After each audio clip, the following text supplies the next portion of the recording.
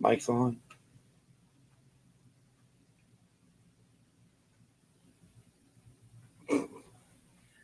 And that's how you start to show off. With squeaky ass chair as I sit down. Looks like somebody's already in the chat. Yeah, Tom's in the chat.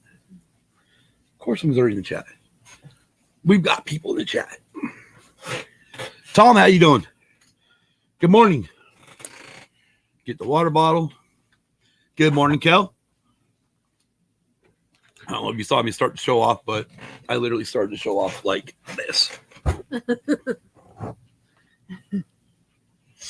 Gotta wear it. Okay, did we turn this? Did we? What? The AC, did we crank it down for this?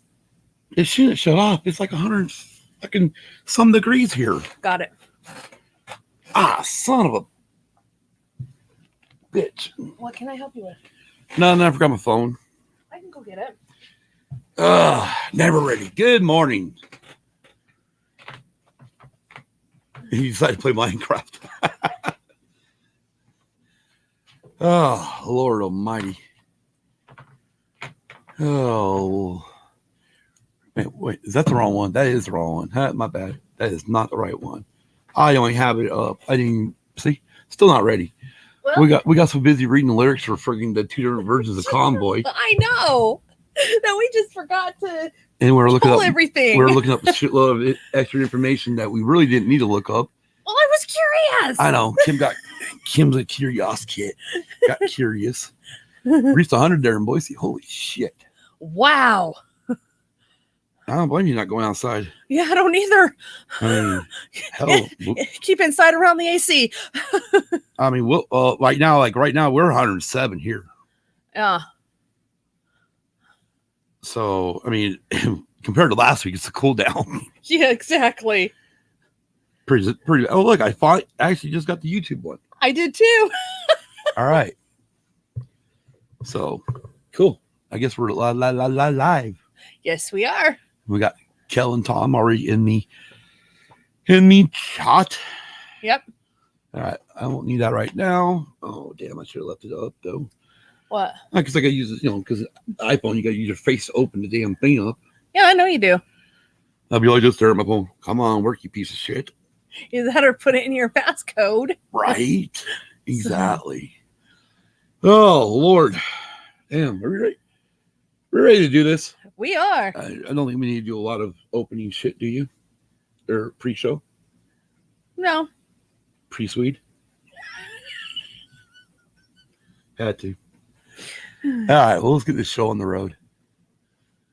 Somewhere's in here. Oh, that's the wrong freaking button. Hey, got the wrong button. Dang, Kel says it's 56 there right now. Hey, shit. Jeez, that's that. PA's starting to sound really good. Yeah, I'm thinking the same thing. Really? You gonna deal with the snow? Hey. I don't care about snow. I mean, snow don't bother me that bad. Snow. It's white. I mean, it's white. Snow. You're gonna get it. You're gonna get it. It's true. It's true. It can snow here. I mean, exactly. Since the 60s, since it snowed in Yuma. I know, but it's due. Yeah, it's a high possibility. It is. All right, let's do this.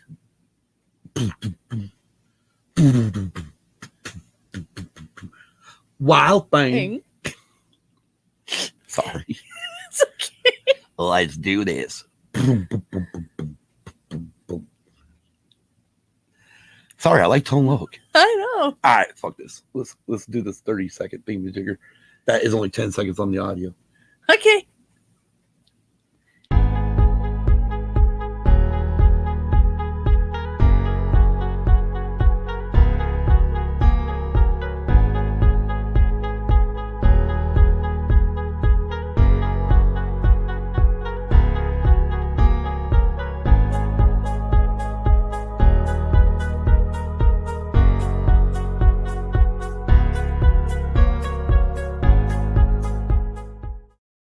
That means hi. Welcome to Use and Abuse. I'm Scott. I'm Kim. And this is episode 105. Yes, it is. What are we talking about tonight, Kim? The movie Convoy. Came out in 1978. Gotta released. say hello to Brady. But you're already sidebarring the fucking show? Okay, fine. All right. Well, let's just say to everybody, y'all. I want to say hello to Tom, Kelly, and Big Love and Brady. Yes. Everybody's in the house. Tom says he hates snow. Driving in a few feet kills any love for it. That's true. That's Yep. true. It does. Anyways, so 1978, the movie Convoy came out, released Yes. by MGM Studios Yes. with Leo the Lion Lion. starting off in the show. Yes. It was also sub-produced, or also United Artists has put out with it, and also EMI. Yes. But before we get into that, we got a lot of fun stuff. Yes, we do. So besides the fact that we did a racing podcast, just a few hours ago, literally, really think about 12 hours ago, we were just finishing that damn podcast Yes, I know we were. because Somebody couldn't shut up. who was that? Me. Why can't you shut up? Because I had too many rants. You had too many rants? My fucking microphone on? I don't know, is it? Yeah, it's on. I just wasn't seeing you lights. Ain't she a beautiful Sight. sight? Exactly. Where in the world is DB? So is this like where in the world is Carmen in San Diego? I guess so. Or where's Waddle? Where's DB? Yeah, exactly. Put a bow out for DB. Yes, exactly. Oh, damn. Hmm. So, besides sleeping, we didn't sleep that long. He's on the deck. I'll text him. Hey, at least he's somewhere. Yes, exactly. And you know where he is at. So that's a good thing. Yes. Brady, Dragon Buddy, where are you? Dragon Buddy. No, it doesn't work. No. You know what I was gonna do, don't you? Yes. What? Oh, Scooby Dooby Doo. yeah. Where are Are you? I couldn't get it to work right with Dragon Buddy. No, we gotta think of something. Yeah. What? Oh God. Anyway, so yeah, we did a podcast this morning. Yes, we did. And I swear the racing podcast really has to become one of those things where it literally is. Will Kim rant on this episode? How many times will she rant on this episode? And how many? I almost want to we almost need to have a counter Yeah, we do. for how many times you say the F word when you're ranting. Exactly. Good Lord. Okay, he's coming. Hello, Al. Hey, that might be some. Hey, DB. And Kim's rants are awesome. Oh, God. Tom's already starting it. Yeah, I Kelly says, love Kim's rants. know.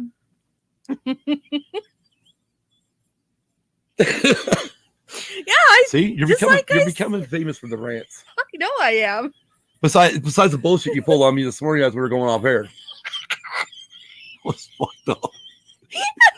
I'm like, I just happened to look up at the camera too, and I saw your arm all the way across and went, fuck. She's gonna fucking rabbit ear me. I know she is. And I did too. Yeah, you did. Fuck. Oh God, that was this morning though. Yes. So here we are. We're gonna do Convoy. Yes. But before we do, we need to get into a little bit. Tom's got his popcorn already. Dragon Buddy, we're doing good. How are you doing, bud? Oh God. So before we get into it, we got a little bit of news. Not really news. It's kind of trivial. Doing well, 4 beers in. Amen, brother. Yes, we do have some news. Well, it's not really news. It's more of Information. trivial information. And Yes. It's got nothing to do with Convoy. No. But it's a story that's on Ultimate Classic Rock and Culture. They changed the name of their fucking site again, you fuckheads. Classic Rock and Culture. Sure. Are you fucking kidding me? Yes. Oh, God. Anyways, this story is written by Martin Kelly. Yes. It was published on June 21st, 2021. And it literally asks in the beginning, or the title of it is How Guns N' Roses You Can Be Mine tied into Terminator 2. Good movie. Is someone under a rock? Let me try that again. If someone under a rock somewhere was unsure if Guns N' Roses was the biggest band in the world as the 90s began, their association with the biggest movie in the world offered the evidence. Yes. Terminator 2 Judgment Day was set to be a success long before its release date, and star Arnold Schwarzenegger knew he wanted GNR's involvement. I'll be back. He was so determined that he invited the band to dinner, where he personally cut a deal with Axl Rose and his bandmates to use You Could Be Mine. The song played during the movie's closing credits and also rang out during some early action scenes. The production of the sequel of 1984's The Terminator had been delayed partly because the technology to make it was still in development. And in the same way, T2 had its roots in the 80s, You Could Be Mine existed in part even before GNR released their 1987 debut album, Appetite for Destruction. During the first pre-production rehearsals for the LP, the band members felt so comfortable that they accidentally came up with a new song in its early days. It had a different title, Cocaine Talking. In 19... That's mine. Okay. This is mine. In a 1988 interview, bassist Duff McKagan, easy for me to say, explained its meaning, and I quote, or I'm sorry, not a quote yet. My bad. Just see, I'm already fucking up. Must have just got up. Brady, I do love T2. Oh, I do. Anyways, just after he alleged the band had no connection with drugs. Bullshit. Yeah, that's why I'm laughing. I quote, a lot of drug rumors about us started because we have a song called Cocaine Talking on the album. But that song's not about us. If you listen to the lyrics, it's about how all these young, nice girls in LA can't do anything before they do their coke. The song's definitely not a pro-cocaine song. It's about how the shit really fucks up your head, end quote, McKagan said. In 2011, guitarist Slash recalled that except for the title, the song didn't change much during the years on the shelf, saying that You Could Be Mine, and I quote, was one of Izzy Stradlin's riffs. And as always, with Izzy, he would play something and it would catch my ear. And I'd play along, but in my own sort of style, end quote. While the song didn't make the album's final cut, the lyric with your bitch. Okay, you know what the funny part about this is? I'm going to sing it. I know I will, because it's with your bitch slap rapping in your cocaine tongue. You get nothing done. I said, you could be mine. It's just one of those things. I know. It's a lyric in a song. I can't not sing this shit. I know. Even though I suck at singing. Anyways, appeared on the Appetite sleeve like a portent of the future. By the time You Could Be Mine became part of T2's future, the drum track played by Matt Sorum, who replaced the drug-addled Steven Adler, You Could Be Mine stands out because it represents my entry into Guns N' Roses, said Sorum. I forgot to quote. And I quote again, I remember I had this punk rock rolling beat at the top, and by accident, I put that fill on. I threw it in because I was a huge fan of Terry Bozzio, and he did that fill, but about 10 million times faster, end quote, said Sorum during a 2009 interview. In fact, the band was so carried away with the energy of the creativity that Rose later realized he had made things difficult for himself with more than the unusual amount of range stretching screams. And I quote, "The first time I had to play You Could Be Mine, my mind went, what have I done? I've got to sing this now." He, end quote, he told radio host Eddie Trunk In 2011. in 2011. I think that's fucking funny as shit. Like, what have I done? I now have to sing this shit. Uh-huh. The company video didn't scale the budget heights of singles to follow. Fucking November Rain. Yeah. Oh my God. That video for that. It is awesome. Oh, hell yeah. It's like a mini movie. Yes, it is. But anyways, but with Schwarzenegger's appearance in character as a T-800 Terminator, it didn't need to. While the majority of the scenes were shot at a concert, the closing moments showed the band members leaving the venue as the cyborg identified them as targets before concluding they were a waste of ammo. Dude, ever since I've seen that fucking music video back in 91, right? Every time that part comes up, where at the end it shows every band member minus Stradlin, but it shows, and then it gets to, I think he is in that one. Then it gets to Axl Rose, and it literally just says waste of ammo. No, it says in here, guitarist Stradlin was notably absent from the scene. He left GNR. Okay, I might have later that year. I'm gonna have to double check. I swear Stradlin was in there, but maybe he wasn't. Anyways, released on June 21st, 1991. So literally 20 days after I graduated high school. Yeah. As Guns N' Roses' seventh single overall, the first to be taken from the two Use Your Illusion albums, You Could Be Mine went gold in the US and became a global success, just like the movie. Later. Actually, it's Latter Day. Latter Day. Damn, how do you not put, hold it. How do you mistake that LATTER-day word as later? Hey, I don't know. I mean, okay, sidebar, because you're obviously Jack Mormon, just like I am, but I wasn't born into it like you were. Yes. Right? And is it called Later Day Saints? No. Okay, just wanted to point out.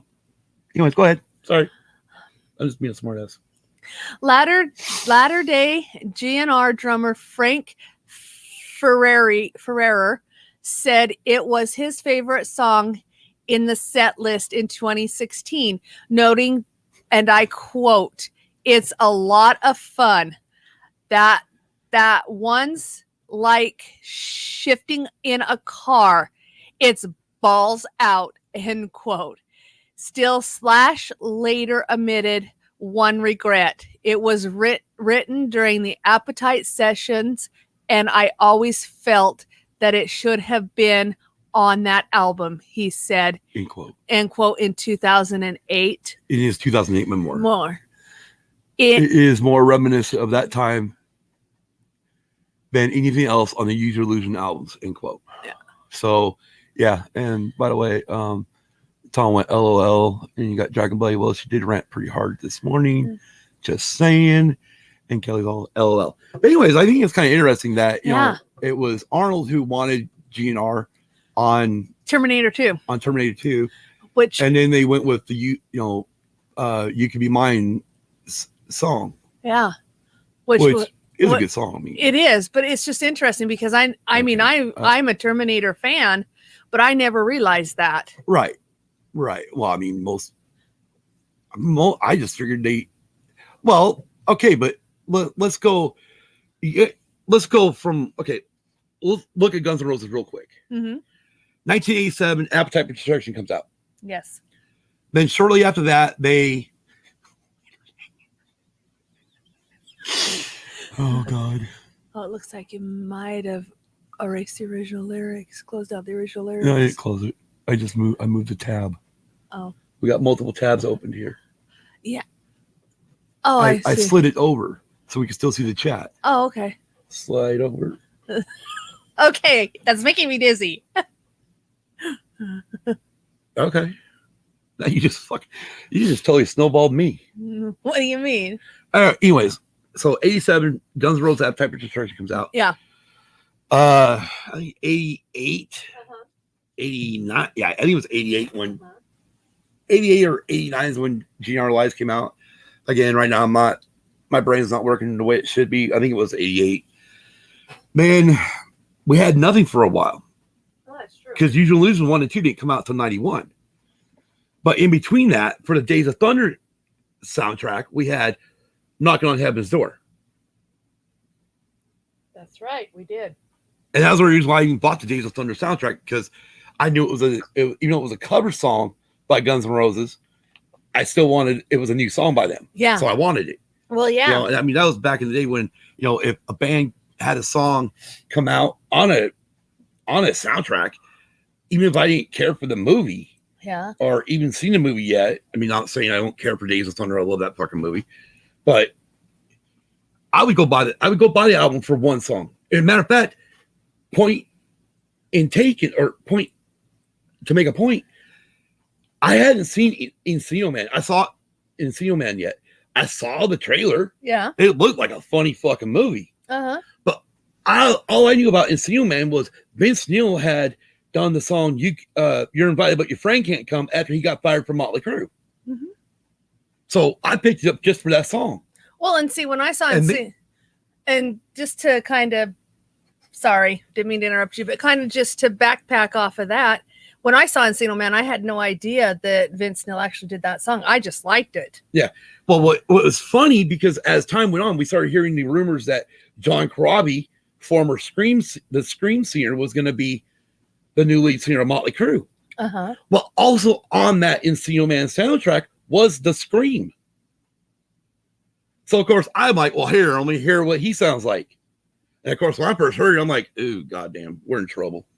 This guy sucks. I mean, it doesn't suck, but it's like, no, I'm not. You know, because my brain's going, how, you know, he can't sing Home Sweet Home. He can't sing Girls with Girls. He can't sing Dr. Phil. You know, I'm going through this list of all the songs of mine, and, you know, this shit ain't working.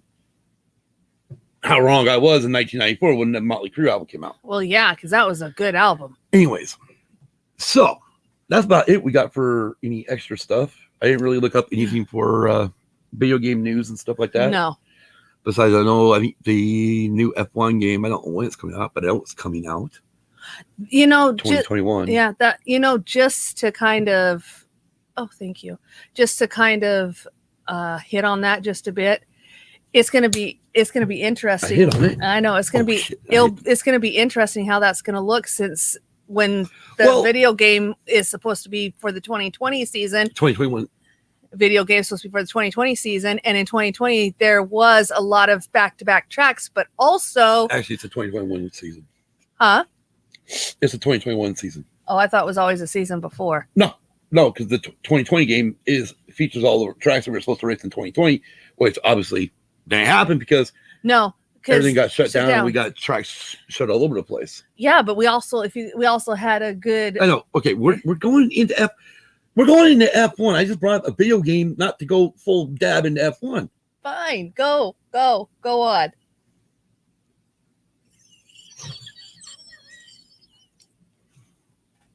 God damn.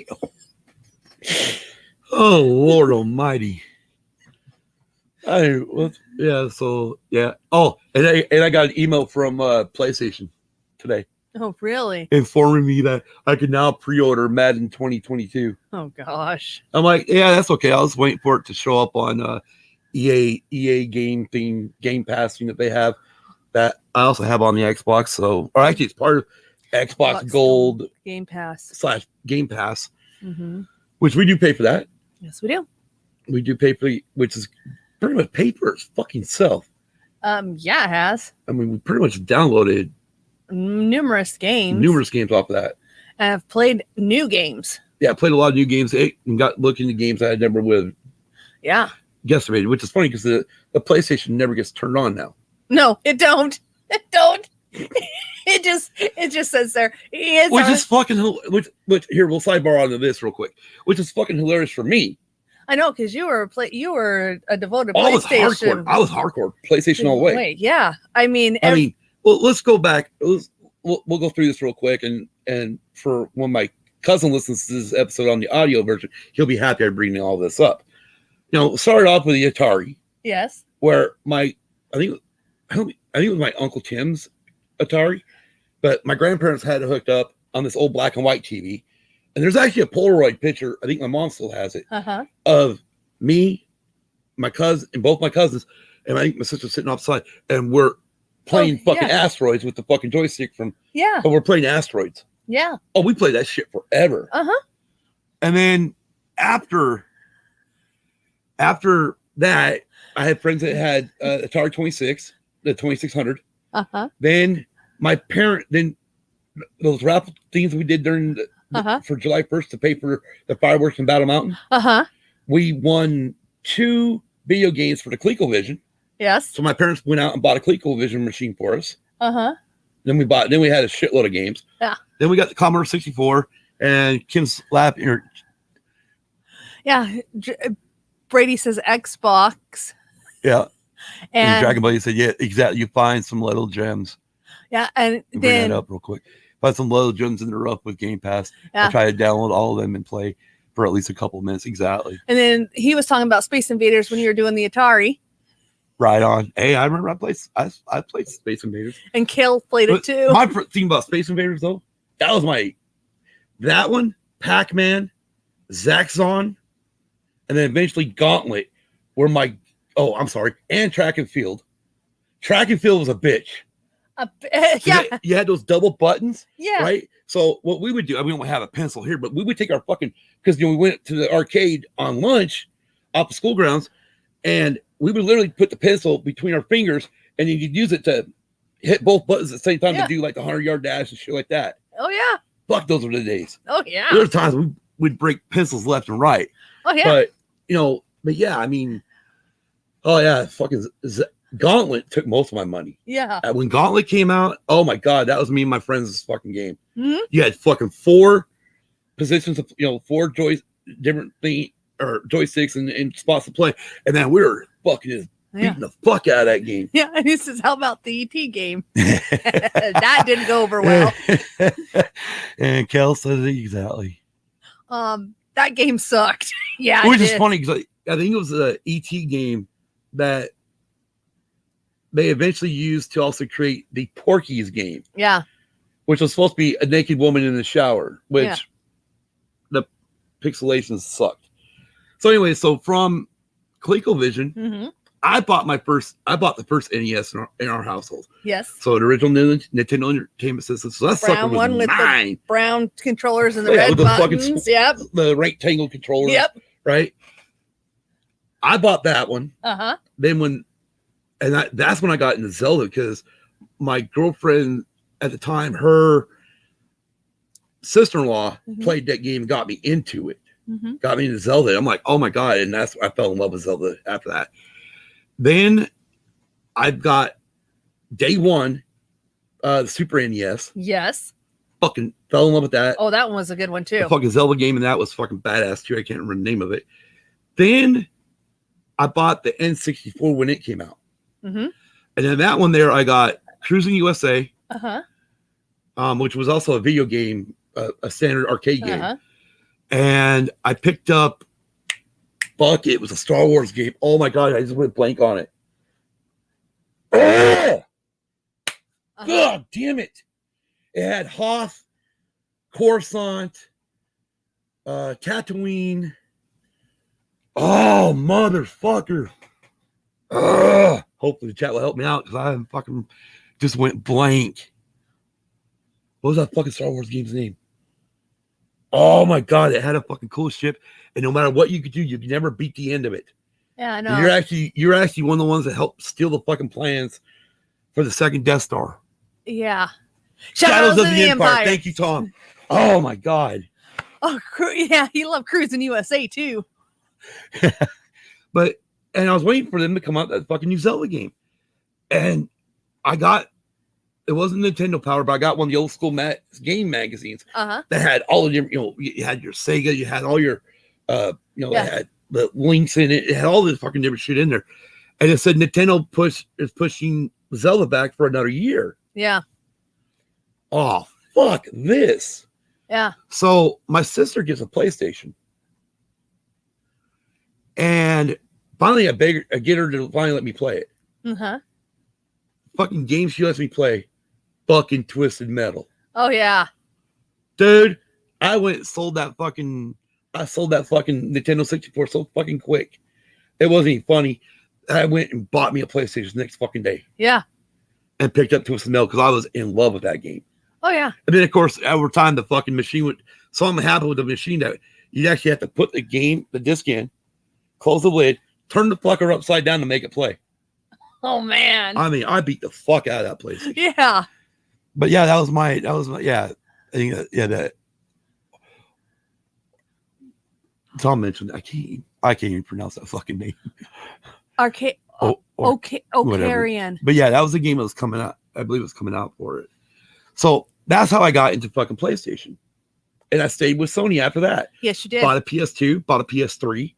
Well, hell, I mean, PS1s when they came out with the first Gran Turismo. Yes. Plus, you had Need for Speed on it. I mean, good God. Yeah, they had some had good all games. these fucking great games that and then eventually Resident Evil came out. Mm-hmm. Oh my God, what a game. And then Tomb Raider. Uh-huh. Never thought you could fall in love with a female character in a video game, but we all fucking did. Yeah. And then I don't remember which one it was, but fucking they teased showing Lara Croft naked. Yeah, I know. In one of the games. I know. In a fucking shower scene. It's like, motherfuckers. I know. Damn it, we want to see it. Fucking cartoon, goddamn fucking nudity. I know. Oh God. But anyways, so then from there I got the PS2, PS3, PS4. Yes. And actually the PS3 I held off on. Yes, I know you did. I helped because at the time they were doing, you had that HD DVD thing. Yes. And Blu-ray, which Sony created. Mm-hmm. And I was waiting to see which format was going to win. Yeah. I didn't want to go buy a shitload of fucking different movies. Yeah. Or have to, buy this, like, oh, fuck, now you got to have this machine to do this. Yeah. And I was like, whatever, I'm waiting to see whichever format wins. And then that's the machine I'll go with. Yeah. And then when Blu-ray won, PS3 it was. Yes, because about that time your PS2 greened on you. My PS2 never greened on me. Oh, it didn't? Was that your PS3 that greened on you? I mean, the red light of death? Yeah. Yeah. Eventually, that was after we owned 2 PS3s, though. Yeah. So I went and bought a second PS3 for your sister. I know. Because we were both playing that fucking Tiger Woods game. And that was like the first game we played online. Or I don't remember which year it was, but we played online because you could create your own like cat or your own clubhouses type thing. Yes, I was there at the time. And so I didn't buy, and I went and bought one at a pawn shop so she could have it in the bedroom with our other the other TV. So we had the 2 systems, 2 PS3, so she could be on, I could be on at the same time. Kind of like we do here with this. I mean, we get the Xbox One right here. And then the Xbox X behind us. The Xbox, or as Dave and Jason like to call it, the sex. Don't ask me why. I must have missed that episode when they fucking decided to start calling it the Xbox sex. But yeah, we got the X behind us and we got the one right here. BMX. Triple X on the original Xbox. When you level it up, you got a short video of the Scores girls doing a dance. Holy shit. See, and that was the thing, like, it was, I mean, then we got PS4. Then I finally said, you know what? I saw that they had a deal. It was on Amazon around Christmas time for the Xbox XS. Not the straight digital version, not the fucking, not one with a disc drive. And I'm like, yeah, I need this Xbox. And so we picked it up, and I was always worried because I've always looked at their controllers and I'm like, no, the buttons are all weird spots. It just would never feel right until we got this thing, and god damn it, I fell in love with it. I fell in love with the controller. Then when we went back to the PlayStation one time, I'm like, oh my god, I feel like I'm gonna break this fucking thing. Yeah, exactly. So I make the joke now that PlayStation's made for people with little hands, Xbox is made with people with big hands. Yeah, but even with people with little hands can handle the controller better for the Xbox than they can for the PlayStation. Right. But I mean, we still have the PS4. I'm sure eventually we probably will get a PS5. Yeah. Because there is a how wrong and dirty. Yeah. What's the point? Isn't that what Generation X is about? We're all about sex, drugs, rock and roll. Yeah. mean, come on. 80s was excess of sex and drugs. I know. But yeah, so then of course we got the X. And yeah, well, somebody just can't stop playing a certain game. Fishing Planet. Yes. But anyway, so yeah, and yeah, so even DB saying he started on PS, but got the PS2 and the original Xbox at the same time and just fell in love with the oversized controller on the Xbox. Exactly. Huh. And that was my biggest bitch about, like, it wasn't a bitch, it was just like, I was looking at the controller going, I'm used to the way the PlayStation is. I'll never get used to the Xbox. I just never played it. Well, yeah. And it was plus it was after we started the podcast, and I think it was right after we decided we were gonna do we rebranded. Yeah, we rebranded we did the rebrand where we're gonna do things differently. We thought we were gonna be talking about video games and all that stuff, kind of like like what Brady and Don do on the Escape Pod. Well, yeah. And you know what's funny? You forgot to do one thing right now. What? You forgot our beginning part of the. I did. Anyways, we'll get into that in just a minute. So I felt I can't really knock Xbox until I try it. That's true. And so we got the Xbox One S and fell in love with it. Yeah. Again, I still want a PS5 because I want Horizon Dawn. Horizon Dawn's second game when it comes out. Yeah. But I'll wait until everything comes down in price and Yeah, somebody's got to finish her first one. And Brady, I can switch well, but I prefer Xbox. Yeah.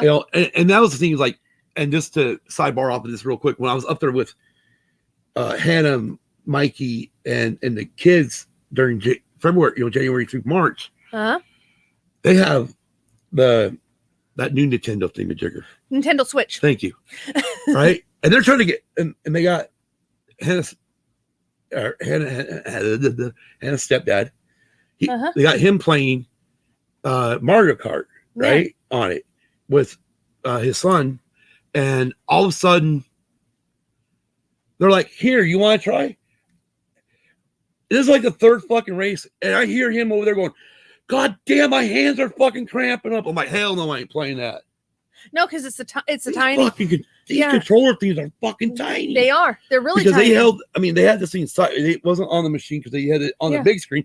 So you had it was like fucking like this. I'm like, fuck this shit. Yeah. I ain't playing nothing that goddamn small. Yeah.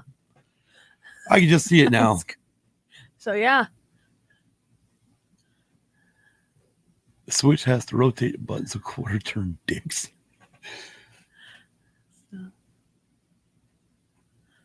Ours to switch back and forth is PS or Xbox to Switch. Oh, I bet. Anyways, so I guess we better get into the fun part of the show, or the main part, or not the main part of the show. God damn it! No, the main parts are the movie Convoy, but we need the painting portion of the show. The housekeeping portion of it. There we go, the housekeeping portion. Because somebody forgot to do this at the beginning. Let's see if you know this. Okay, all right. Okay. In quotes, because it's a song title. Let's see, and nobody saying anything in the chat. Let's see if she gets this one. Let's just call it the clean the closet, or clean out my closet. Who is it? Do do do do do do do. Do, do, do, do, do, do, do, do, do, do, do. I'm sorry, I'm not very good with music. Eminem. Oh, off yeah. the Eminem show album. Yeah, I'm not very good with music. Brady, Eminem. Actually, I would have. See, Brady, I would have done. I would put that fucker all in caps. I'm sorry, guys. Sorry, I'm not. It's all good. Very hip on music. You are hip on music. You recognize it. Housekeeping. Oh, it's better than housekeeping the fucking rants. True. Oh, Lord Almighty. Anyways, so yeah, let's get some housekeeping out of the way real quick, and we'll start off by thanking. As soon as I find it right here, thanking our patrons. Thank you to our Patreons, Luna Girl and Dragon Buddy, Dawn Della Snooch Solsky, Brady Big Lovin', Hannah, Mikey, Brenly, and Case. You can join our Patreon. Go to patreon.com, search in the creative bar, used and abused. Oh, whoops, I forgot that one. I forgot this Check was. out our pod family, the Sidebar Cantina, the Escape Pod, Swede Studios, Big Swede's Excellent Adventure, and Tactical Swede. Don't forget to smash that like button. And if you are new to the channel, click subscribe and click that bell to be notified when we go live. And once we start uploading new videos, Which we plan to do hopefully in the future. damn it, I'll go from ticker to freaking on screen. That shit's fucking me up. I just think you make it all on screen. That's probably be best. Probably. Anyways, You can find Used and Abused Pod on Facebook, Instagram, Twitter, and Tumblr. our email is usedandabusedpod@gmail.com. That and is spelled out AND. Our website is usedabusedpod.com. Fucking hands just start shaking like crazy. And you go to our go to tpublic.com, search for Used Abused Pod, all lowercase, all together, for our merch store. You can also find that merch store link on our social media and our website. Plus, on our website is also the link to our Patreon. Click under the donate tab on the website and you will find it. Yes. But here we are. We are on episode 105. And of course, I never updated it. Kind of hotel.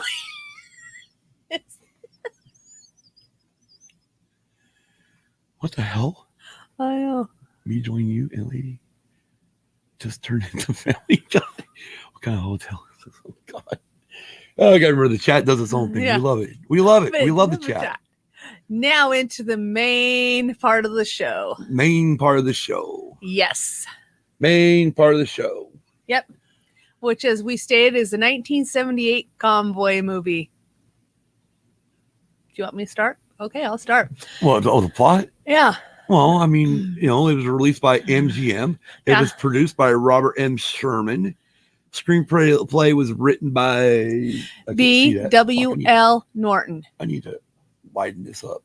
Plus, I can't see the fucking. Hold on. Let me fix the view on some of this. Let me make it zoom in. Let me zoom it in a little bit for some people that can't read or can't see small shit anymore, like me. You know, what happens when you get the fucking. God damn, my fucking hand's still fucking. Do you want me to shaking. work it? Yeah. All right. Yep. B.W.L. Norton. It was based on the song Convoy, written by C.W. McCall, Chip Davis, and Bill Fries. Okay. Or William Fries. All right. We'll get into that later when we go over the song. We'll get into it later why we said C.W. McCall and Bill Fries. 4 years before my birth. And Tom, yep, Rubber Duck. All right. Let's get into the plot or the show. Okay. What is the movie start at? In the Arizona desert, truck driver Martin Rubber Duck Penwalt is passed by a woman in a Jaguar XKE, which leads to an encounter with a state trooper. Proceeding on his way, Rubber Duck runs into fellow truck drivers Pigpen, Love Machine, and Spider Mike when another trucker informs them over the CB that they are okay to increase their speed. The trucker turns out to be the sheriff, Dirty Lyle Wallace, a longtime nemesis of the Duck, who extorts them for $70 each. Right. Now, let's stop right there for a minute. So, originally, Love Machine, he's hauling hogs. So, Spider Mike says, hey, Duck, why don't we change his handle to Pigpen Yes. for this trip? So, that's where he gets the new nickname Pigpen. And when they encounter, well, actually, let's roll back to Rubber Duck beginning. Rubber Duck, the XKE passing the Jaguar. He gets stopped by the state trooper. Yes, he does. And the state trooper tells him it's gonna be $100 friggin' Jaguar. No, I'm from Nevada. I was born in Reno. It's probably a Nevada thing. Jaguar. Yeah, that or I get that shit from my mother. Jaguar is how you actually pronounce I know. it. But I know, but I know Jaguar. Meh. That reminds me.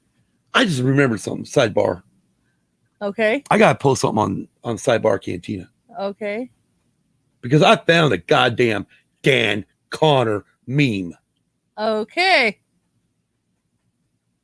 You know, Dave Martin Jr. Some of us in the rural areas didn't have Fox during the height of Married with Children. No, we didn't. So we grew up on TG or on Tuesday nights with Who's the Boss and Roseanne. Yeah. So for some of us, the working father is Dan Connor. No. And we also grew up later on Full House too. Yeah, it was on TGI. Yeah. Anyways, Kelly's laughing. Probably laughing at the first one, and then yeah. So he's talking to the cop, the first state trooper. State trooper tells us it's going to be $100. Yes. And then finally, Rubber Duck says, or Martin says, "Oh well, it's worth it." Well, state trooper like, "What do you mean?" Well, the gal up there in the XKE, man, she not wearing anything. She's not wearing anything. He's like, he comes over close. What do you mean not wearing anything? And didn't you hear me? She got nothing on. She ain't got no pants on. And then the cop goes, "No panties? Nothing." Cop's like, gives him back his logbook, fucking runs around. Like, "I'm giving you a warning. You be careful now. You hear?" "Yes, sir." Good buddy. And takes off after her. Yes. Oh. Yeah. Full House for life. Yeah. Not everybody's going to get that when I did that. Only certain people will get that. And you had to be watching wrestling in the freaking Attitude Era. Mm-hmm. Anyways, moving back on. So, so we get to Dirty Lyle, representing himself as Cottonmouth, CB handle. Yes. Tells them there's no bears in sight, which is CB slang for cop or pig. Yeah. I mean, police. I've used a CB years ago in the early 90s, so I a lot of my lingo still comes from, you know it, because you hear me talking some shit all the time. Yeah. I mean, we'll see a cop got somebody pulled over, and I'll say, "Look, bubble gum machine is busy." Yeah. Yep. You know, and it's all CB lingual. Yeah. Shit, Tom, New World Order. Yeah. Yeah. See, I need somebody would get it. I knew what you're talking about. You showed me that. I know.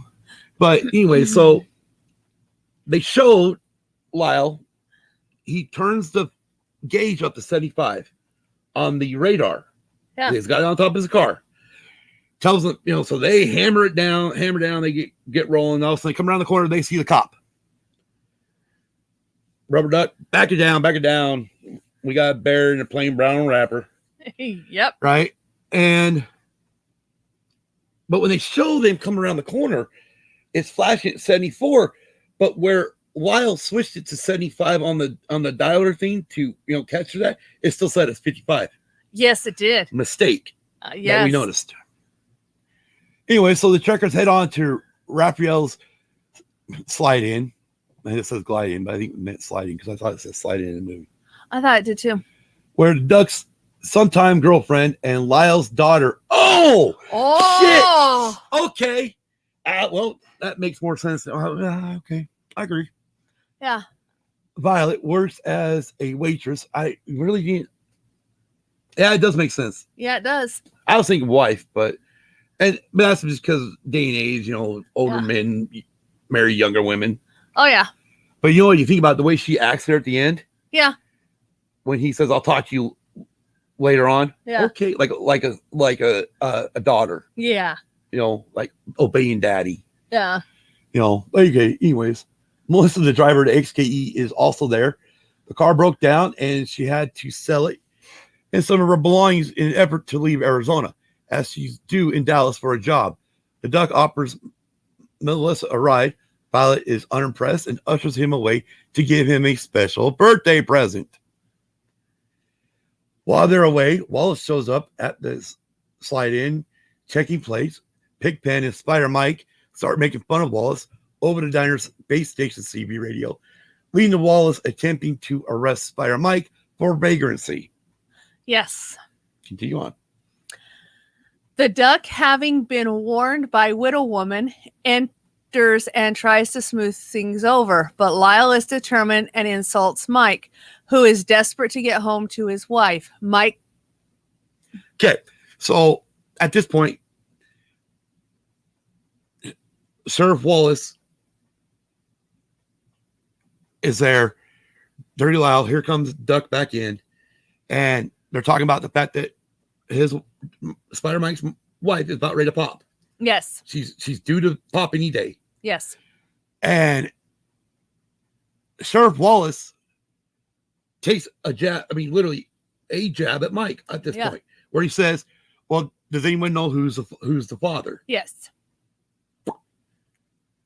Bad.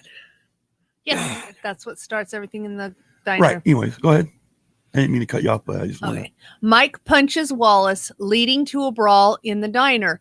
When some troopers arrive to assist Wallace, the assorted truckers prevail, and Duck handcuffs Wallace to the bar stool. After pulling the spark plug wires and distributor caps out of the police cars, they all decide to head for the state line to avoid prosecution. The truckers drive across Arizona and New Mexico with Wallace in belated pursuit after he forces a local youth outside the diner to give up his vehicle when he finds him possessing drugs. Oh, dude, that was funny as shit. They're fucking him and his girls back there. Oh, yeah. Smoking marijuana, and all of a sudden he's like, hey, you! And they realize it's a cop, and they're fucking... Uh-huh. Oh, yeah. Fucking chowing away. What you kids doing? What you got in your mouth? Yeah. Yeah. And the only thing I'll say is because it's supposed to be Arizona, they're portraying to be Arizona. This is the thing they got right. There's one of the things they got right because, obviously in the 70s, air conditioning was not a prominent normal feature it was an add-on feature. Yeah, it was add-on on a lot of cars, and it wasn't normal on most cars. Yeah. So see them parked underneath a tree was correct. Yes, because we do have trees here.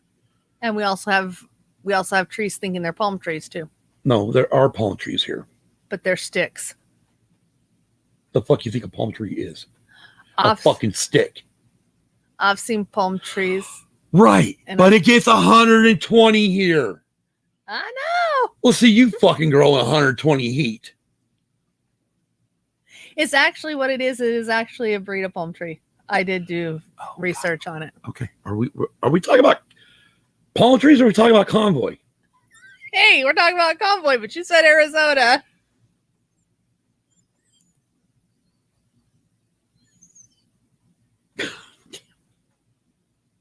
This is great for the audio audience. They have no idea what the fuck is going on. I know. Good Lord. New world.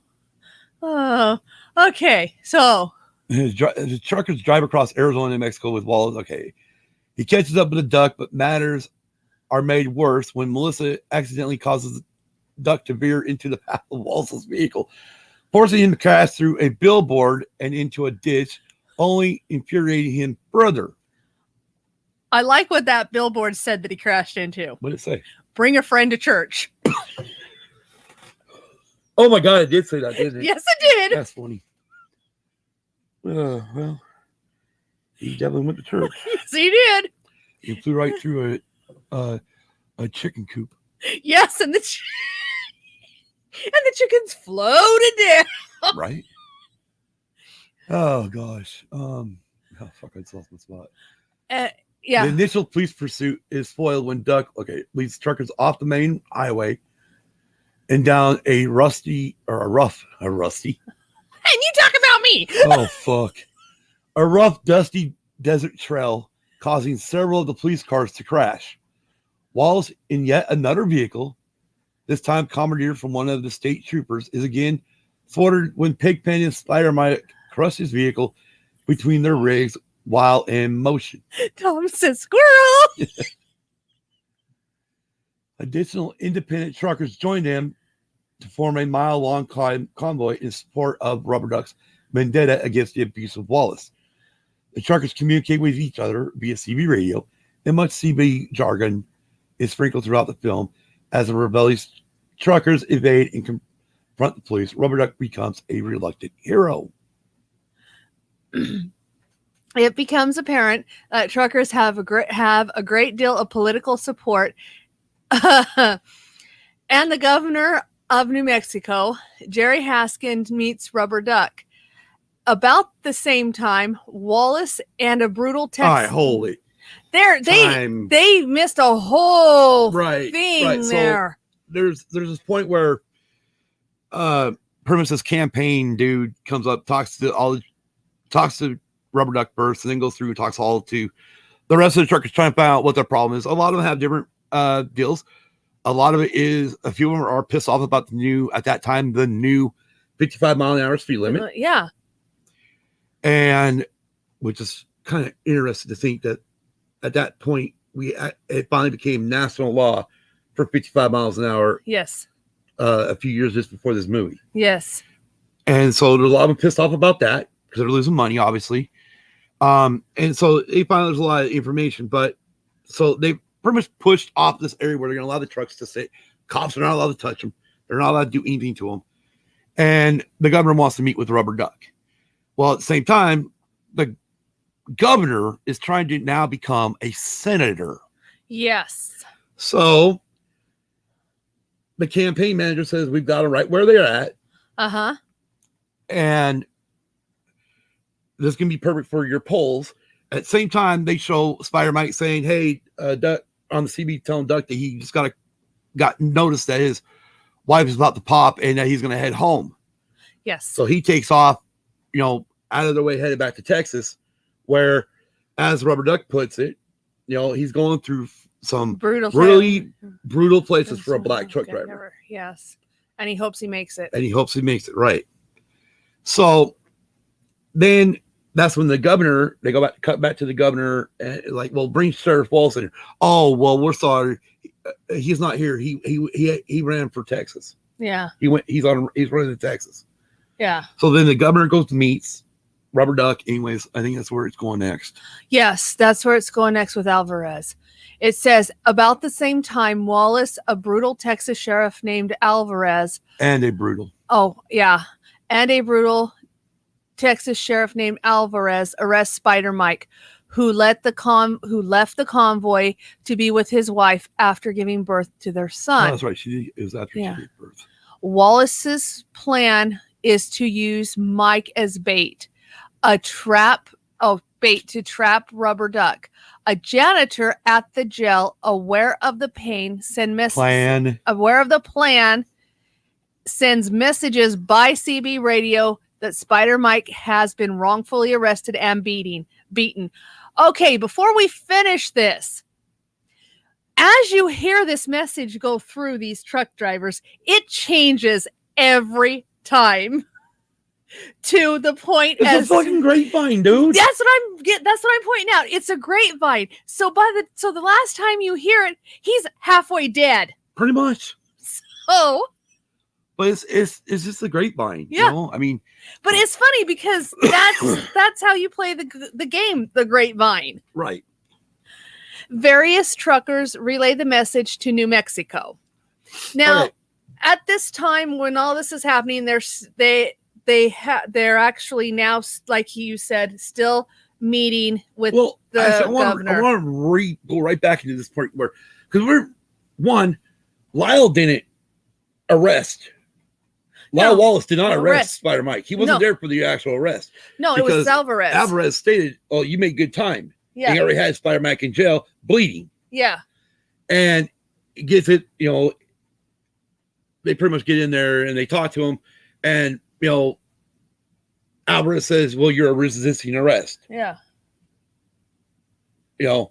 And then he's like, I didn't hit you. I was just helping you up. And then that's when Spider Mike says, I don't need any more of your help, sir. Yeah. Thank you very kindly. Yeah. But they beat the fuck. I mean, he beat the fuck out of him. Yeah, he did. But time error. Right. And no, okay. Anyway, so now they're at this location where they're all showering. And this just to kind of clarify also, this location that they're at talking to this governor is they say is in Albuquerque, New Mexico. Right. Right. When they get to the tent, the lady says, "Oh, Governor, we're so happy you could come visit us in Albuquerque." And I'm like, isn't the state capital in Albuquerque? Yes. State capital is Albuquerque, New Mexico. So wouldn't the governor live in Albuquerque? Yes. That's what I thought was a big mistake too, as well. Hey, Tom. Oh, yeah. Because we were discussing that it was actually another big mistake that they made. Right. So, oh no, Brady says Santa Fe. So Santa Fe. Oh, my bad. I always thought it was Albuquerque. I did too. Sorry. Well, thank you for clarifying, Brady. Yes, thanks, Brady. That's the reason why. I knew what you meant. Rubber Duck ends up meeting with Haskins, the governor, and leaves to rescue Spider Mike. Several other truckers join him and head east to Texas. Truckers eventually destroy half the town and the jail. Hey, before you go on. Oh, what? Is a little part of this is he puts Love Handle / Pigpen in charge. You mean Love Machine? Yeah, Love Machine / Pigpen in charge with Melissa to handle the press on this. Oh no, the handle the governor. Yeah. To talk with the governor. And then he leaves. Right. And he originally leaves by himself. Yes, he originally leaves by himself. But as we see when they arrive at this Texas town, he is also asked, before you go on, he's also asked, Rubber Duck, are you going to return? And he turns and walks to his truck, and then that's when he leaves. Go on. Because that is an important part that is not in there. That is why we do these shows. So this is why we do the shows. Yes. For you to go, hey, motherfucker. Rubber.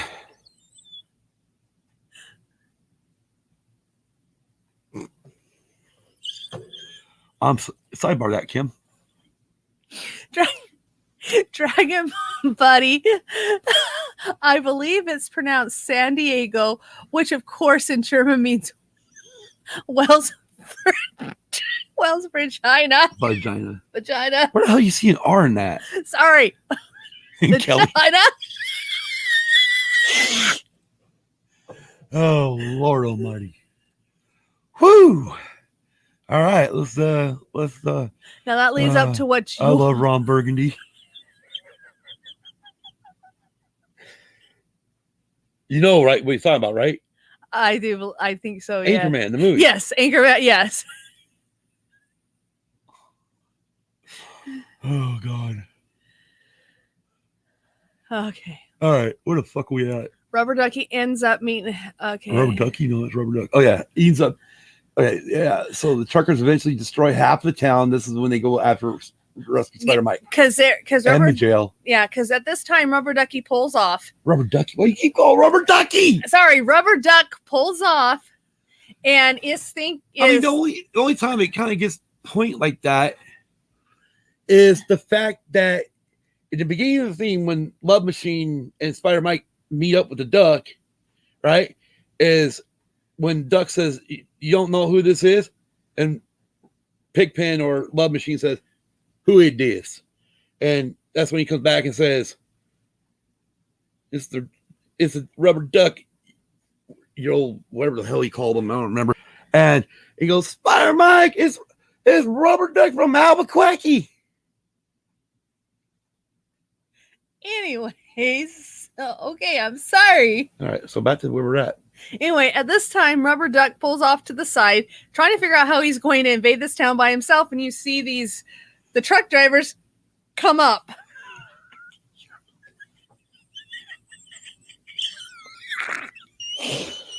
Oh, shit. Oh, Lord. Are you reading the rest of this chat? Yeah. Kel, I can't believe you wrote that. Dragon by 25 years. Oh, well, my potential to make you blush. And then Tom added, "Rubber ducky, you're You're the one." Oh God, we've seen it. I know. Oh, some of this shit is hard not to do. I know. Okay. Okay. So they destroyed half the town and the jail, rescued Spider Mike. None they will now be haunted by the haunted. Oh my God. Fuck. Hunted? Jesus Christ, what have I been drinking? I don't know. What the hell's in this bottle of water, Kim? Nothing. So you say, yeah, I feel you put some vodka in it I don't know about. I did not. I don't trust you. I did not put any vodka in there. Oh, Lord Almighty. Anyways, Hunted by the authorities is where you were yeah. at. The truckers head for the border of Mexico. On the way, Rubber Duck gets separated from the rest of the convoy when the others get stopped by a traffic accident. The film culminates with a showdown near the United States-Mexico border, where Rubber Duck is forced to face Wallace and a National Guard unit stationed on a bridge. Firing a machine gun, Wallace and the guardsman causes the truck's tanker trailer to explode, while Rubber Duck deliberately steers the tractor over the side of the bridge, plummeting into the churning river below, sending Duck presumably to his death. So what were you going to say? You said that you weren't going to tell me until the show what the big deal is about this bridge. We're not there yet. Okay. Calm down. Okay. She didn't put vodka in there. She put Schnapps, right? A public funeral is held for Rubber Duck in which Haskins promised to work for the truckers by taking their case to Washington, D.C., disguised with his politics of the situation. Disgusted with fucking Jesus Christ. The politics of the situation. Oh my God. Pigpen abruptly leaves the funeral. A distraught Melissa is led to the school bus of several long-haired friends. The Jesus inside. There she finds Rubber Duck in disguise sitting in the back seat. He asks, "You ever seen a duck that couldn't swim?" Yeah, before that she says, "You son of a bitch." Yeah. But yeah, then he says, "You ever seen a duck that couldn't swim?" The convoy takes the road with the coffin in tow, abruptly ending the politician's speeches. As the bus passes Wallace, he spots the duck and bursts into laughter. And then it just shows the convoy tracking down the road with the new version of the song. Yes. But before we move on that, let's get into who acted in this movie. Who's in the movie, our actors. Obviously, Kris Kristofferson, who is a famous country singer. Yes. And also did some major films himself. Yep. Big one that everybody should know or may know is A Star Is Born. Yes. With him and Barbara Streisand. Yep. Allie MacGraw plays Melissa. And let me click on her page real quick. So just real quick, what the hell is she known for? Kim, I can't read that shit. Oh, you want me to read the top? No, I just want to see if there are any movies in here. Okay, so Winds of War players. Okay, McGraw. All right. So let's see. Goodbye, Columbus. Okay. Golden. Anyway, she pretty much acted. She began her career acting in television commercials, including one with the Polaroid swinger camera. Gateway. Just tell me what you want. The Getaway. I don't know. Players. Yeah. And the Winds of War. That's what it says. Oh. And then we got Ernest Borgnine as Sheriff Dirty Lyle. And of course, wait for the computer to catch up. He did a lot too. Has done a lot. Let me run down his films.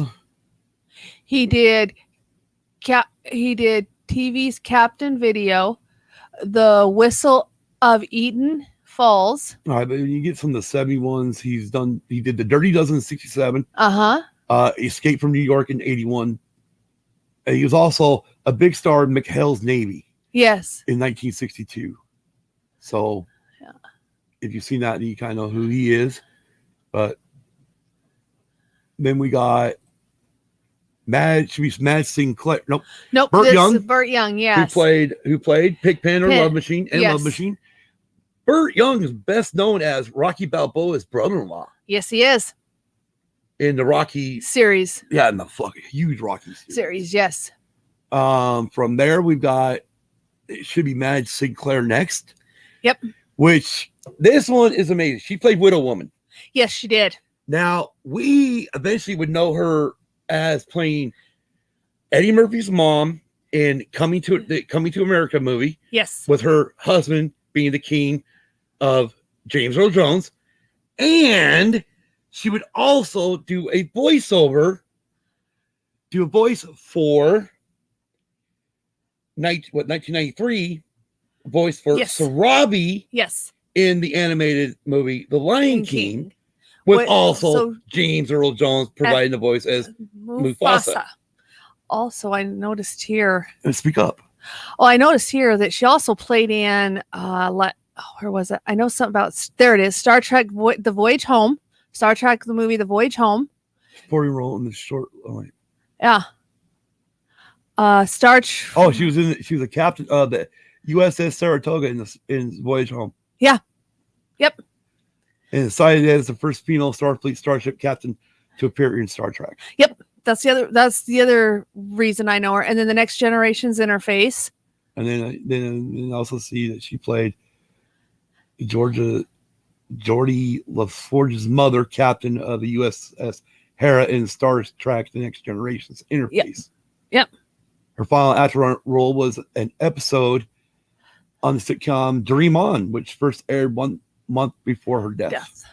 And she died when? December 20th? December 25, wow. Yes. Oh, wow. Shortly after friggin' Lion King. Yeah. I mean, 2 years after Lion King, yeah. But yeah, my thing was the fact that she played the mom of Eddie Murphy in Coming to America. Yeah. And then also the mom of Simba. Oh, yeah. And Lion King.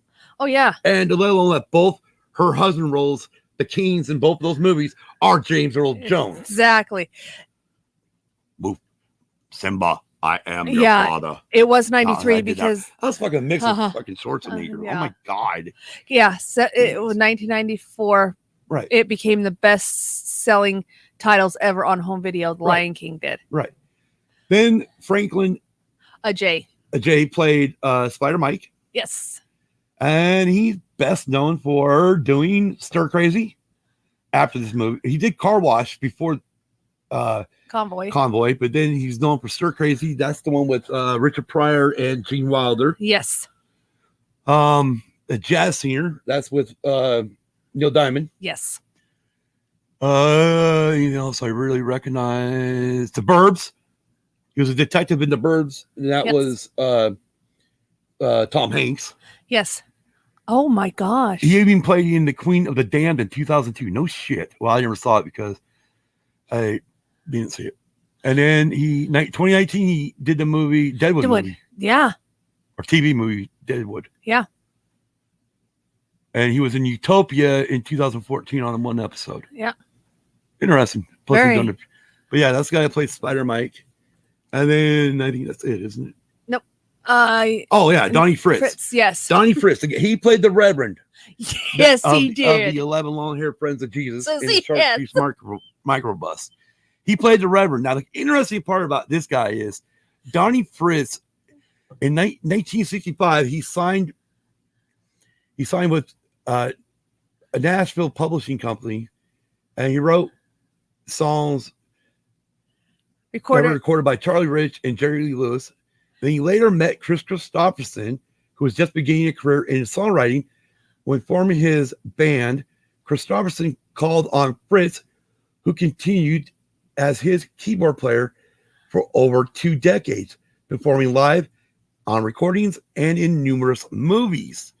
He was also, through his association with Kris Kristofferson, Fritz appeared in 3 of Sam Peckinpah's movies, Pat Garrett and Billy the Kid. Bring Me the Head of Alfredo Garcia. Convoy. Also, and A Star is Born. Yep, and songwriter. Yep. So that's interesting that the guy that played the Reverend was literally somebody who was always on tour, on stage, and wrote songs with Kris Kristofferson. Yeah. It's kind of interesting because when you get down to it, it's one of those kind of who's cast. Yeah. I think the shocking one for me, And I noticed this years later when I really started when I would rewatch the movie, that widow woman started sounding familiar to me. Her voice. Yes. I can never pinpoint it. I didn't search it out. And finally, when I searched it out for the show, I'm like, oh my God. Lion King and Coming to America? Uh-huh. Damn. Yeah. So we're going to get into production real quick. We're doing good, so we can hit all this. Convoy was filmed almost entirely in the state of New Mexico. Production began in 1977 when the CB radio trucking craze was at its peak. Made during the same period as such films as Smoking the Bandit, 77, Handled with Care, 77, Breaker Breaker, 77, and Highball in 78, as well as television series Moving On, 74 to 78, and BJ and the Bear, 79 to 81. Go ahead. During this period of Sam Peckinpah's life, it was reported that he suffered from alcoholism and drug addiction. His 4 previous films, Cross of Iron, 77, The Killer Elite, 75, Bring Me the Head of Alfredo Garcia, 74, and Pat Garrett and Billy the Kid, 73. He had struggled at the box office, and the director needed a genuine blockbuster success. Unhappy with the screenplay written by B.W.L. Norton, Peckinpah tried to encourage the actors to rewrite improv it. Thank you. You're welcome. I just made it bigger, so. Okay. Where am I? Okay. Wait. I fucked you all up because No. Okay, here we go. Improvise. To rewrite, improvise, and ad-lib their dialogue with little success. In another departure from the script, Peckinpah attempted to add a new dimension to the film by casting a pair. I'll bring it down lower for you. Right here, dimension to the film by casting a pair of continuing black actors as members of the Convoy, including Madge Sinclair as Widow Woman and Franklin Ajaye as Spider Mike. The director's health became a continuing problem, so friend and actor James Coburn was brought in to serve as second unit director. Coburn directed much of the film's footage while Peckinpah remained in his on-location trailer. Peckinpah's original rough cut of Convoy, assembled by Peckinpah and his longtime editor Garth Craven in early 1978, had an estimated running time of 220 minutes. According to the book, If They Move, Kill 'Em, The Life and Times of Sam Peckinpah by David Weddle, and the Convoy documentary Passion and Poetry, Sam's Trucker Movie, Peckinpah's rough cut did not have any musical score other than the title song and Blow the Gates to Heaven by Richard Gillis, who had previously worked with Peckinpah on the Ballad of Cable Hogue. Jerry Fedling, who composed music for many of Peckinpah's previous films, was also hired to do the score of Convoy. After seeing Peckinpah's rough cut, EMI and their executive producer, Michael Dealey, fired him and Craven from the film and hired another editor, Graham Clifford, to drastically reduce the running time and emphasize aspects that would play well to the Smokey and the Bandits audience. Hal Needham's comedy had been a huge hit a year earlier. Peckinpah essentially disowned the released version. Gardner Simmons, author of Peckinpah's A Portrait in Montage, said that EMI and Clifford's version of Convoy cut the guts out of it. The picture finished 11 days behind schedule at a cost of $12 million, more than double its original budget. Go for it, Kim. The famous scene where the tanker truck goes off the bridge and explodes. explodes. Let me start over here. The famous scene where the tanker truck goes off the bridge and explodes was filmed in. Oh my gosh. Okay, I'll finish right there. It was filmed in Needles, California, on a one-way bridge over the Colorado River between Arizona and Needles. The Needles City Fire Department provided fire protection during the scene. The bridge was soon removed thereafter as a new span connected the two sides of the river. Oh my gosh. What, Kim? You've been through Needles, California? Yeah, I have. Peckinpah has a cameo as a sound man during an interview scene. Rubber Duck's truck is generally represented in the film as a 1977 Mack RS712 LST, although several other Mack RS700L series trucks were used as double and as stationary props. The original 1977 Mack truck, its on-road movie double, and the only original remaining tank trailer are on display at the Museum of Transportation outside St. Louis, Missouri. Yes. The film was released in Japan in mid-June 1978, before opening in 700 theaters in the United States and Canada on June 28, 1978. Again, the budget for the movie was ended up being $12 million, and it took in $45 million. Yes, it did. Oh. Reception. Convoy received mixed reviews from critics. It holds an approval rating of 43% on Rotten Tomatoes based on 14 reviews. The film grossed $4 million in Japan in its first 9 days. Convoy was the highest grossing picture of Peckinpah's career, grossing $45 million at the United States and Canada box offices. On April 28, 2015, Kino Loader released Convoy on DVD and Blu-ray. So, 1977, good year. yeah, 1977, definitely a good year. Do you know why?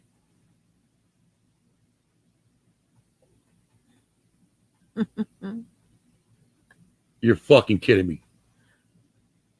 Are you fucking kidding me? What? 1977?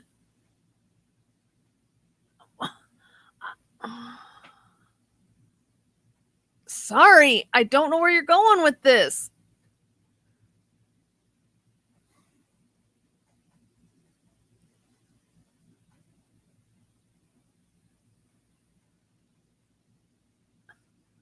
Sorry.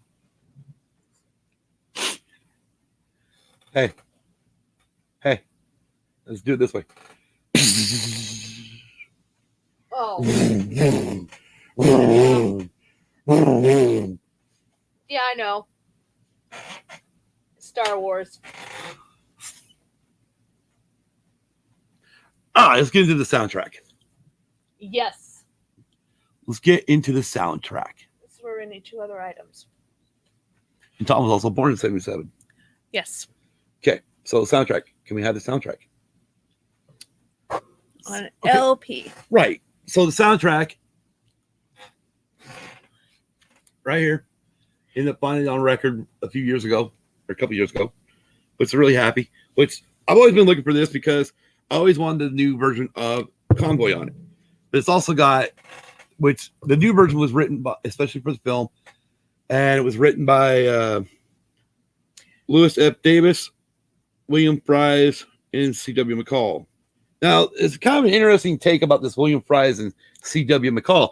And Kim's going to give us a little moment here about why those two names are together. Okay. In a way. Okay. So this is, let me go ahead. C.W. McCall is a character created by songwriter Bill Fries. Or William Fries. Or William Fries, which he was born in 1928. While he displayed musical promise as a child, he was more interested in graphic design. While attending the University of Iowa, Fries studied music and played in the school's concert band, but his major was in fine arts. And after graduation, he began holding the art chores at an Omaha, Nebraska television station. After 5 years there, he was hosting his own program where he drew caricatures of celebrities. Fry signed on as the art director for an Omaha advertising agency in the early 60s, and it was there that he created the character C.W. McCall as a selling tool for an area bakery. A trucker for the fictional Old Home Bread Company who spent much of his time in a diner called the Old Home Fill 'em Up and Keep 'em On Truckin' Cafe. The McCall character was a huge hit with viewers, and the radio campaign won Fry's the advertising industry's prestigious Chloe Award. In 1974, Fry's decided to cut a record under the McCall moniker, and the single, a monologue with country backing titled after the aforementioned cafe, became a hit. Follow-up single Wolf Creek Pass was even more successful. Okay, is that it? Yeah. Oh, no. No, okay. No? Yes? Okay, it says... Did you... What? Okay, it says that... Caricatures. Yeah. What? This number one hit on... This hit number one on both the pop and country charts, and the national craze was born. And then it says Sam Peckinpah made a 1978 movie based on this. You're talking about the song Convoy now. Yeah. By the time the movie, yeah, I'm talking about the song Convoy now. Sam Peckinpah made a 1978 movie based on the song, starring Kris Kristofferson and Allie MacGraw. By the time the movie released, however, McCall's music career was largely over. He released 2 more albums, but in '77, McCall turned his back on music to focus on the burgeoning environmental movement and moved to a small town of Ouray, Colorado. He was elected mayor of the town in 1982, and 1982, an attempt at comeback in 1990 proved unsuccessful. All right, the rest of the songs on the Yeah. That's cool.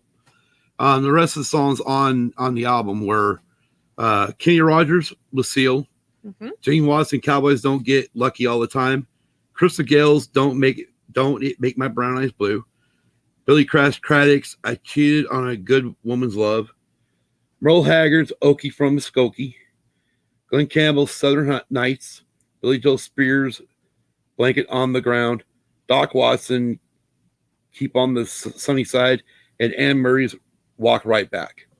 So anyways, always been after this one, but especially with the new version of lyrics, which we're going to go over to the 2 different versions of lyrics real quick. Yes, we are. Of the original, and so this will be hard not to sing along. So we'll just start the beginning.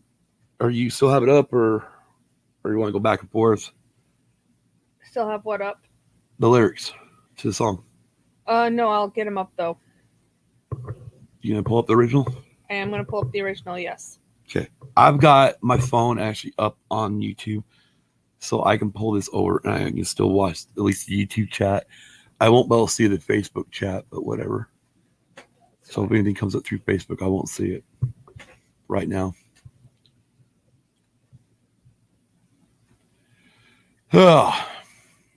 Anyways, I can start part of it because I do have it up here twice. Well, maybe now. Wait, I'm on the right one. All right. So on the original song, the song starts off with "All Breaker 19." This here is the Rubber Duck. You got a copy on me, Pigpen? Come on. Oh yeah, 10-4, Pigpen. For sure. By golly, it's clean cleared to Flagtown. Come on. I'm gonna pause right there for a minute. Flagtown actually is CB slang for Flagstaff, Arizona. So we're back into the original one. Yeah, that's a big 10-4 there, Pigpen. Yeah, we definitely got the front door. Good, buddy. Mercy Sakes Alive looks like we got us a convoy. Okay. Now this. Now you got it up? Yes, this is the original lyric. I just went over the beginning of the beginning. We're starting right at the top on the first part of the. Yeah. I just did that one. Okay. Now the second. You want? I thought we were going to go back and forth kind of like we did earlier. Okay, go ahead. what we kind of practiced earlier. So on the new version, the CB part of it goes, I'll break her 1-9. This here's the rubber duck. You got a copy on me? Love machine. A 10-4. Pigpen for sure. By golly, it's clean cleared to Taco Town. Yeah, well, definitely, we got us the front door, good buddy. Mercy Sakes Alive looks like we got us a convoy. Your first set of lyrics on the original. On the original? Okay, that would be the second one. Was the dark of the moon, Yes. the 6th of June. Was the dark of the moon on the 6th of June in a Kenworth Poland logs. Cab over Pete with a reefer on and a Jimmy Holland hogs. We is heading for a bear on I-1 about a mile out of Shaky Town. I says, Pigpen, this here's the rubber duck, and I'm about to put the hammer down. Okay. So my first lyrics, okay, now obviously the new version follows the movie. Yes. So I will probably fucking do this because I did this earlier when we were practicing, when we were discussing whether or not we wanted to do it this way. So I apologize if I start singing it because I probably will. Arizona noon on the 7th of June when they highballed over the pass. Bulldog Mac with a can on back and the Jaguar hauling ass. He's 10 on the floor, stroking them boards. Seat cover starting to gain. Now, Bieber, you're trucking with a rubber duck, and I'm about to pull a plug on your drain. Then it goes into the chorus, which is the original chorus. Yes. Both of them actually still have the original chorus because we got a little convoy rocking through the night. Yeah, we got a little convoy. Ain't she a beautiful sight? Come on, join our convoy. Ain't nothing gonna get in our way. We're gonna roll this trucking. We're gonna roll this trucking convoy across the USA. Convoy. So your next CB part. Breaker Pigpen. This here's the duck, and you want to back them. You want to back off them hogs. Yeah, 10-4, about 5 mile or so. About 5 mile or so. 10, Roger. Them hogs is getting intense up here. Okay, so here's an interesting part on my version. This word's kind of a little bit different on the CB radio part. Breaker Pigpen. This here's a duck again, and you want to back off them go-go girls.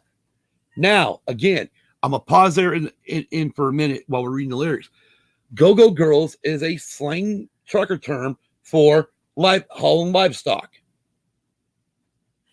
Yes. So, because he's hauling pigs, but anyway, so back in 10, Roger, about 5 miles or so. Yeah, them hogs get intense up here. Okay. By the time we got into Tulsa town, we had 85 trucks in all. But they's a roadblock up on the Cloverleaf, and them bears was wall to wall. Them Smokies is thick as bugs on a bumper. They even had a bear in the air. I says, calling all trucks. This here's the duck. We're about to go a hunting bear. And then it goes into the chorus. Okay, well, we're not there because now I've got to read my part from my side of the movie, or my side of the lyrics. From the movie goes New Mexico on I-40 like Texas lizard on glass. 1,000 pedals was mashed into the metal, and then bears were walking the grass. We trucked all day and we trucked all night. Big Benny improving our style. We could tell by the smell we was heading for hell, and the devil was Dirty Lyle.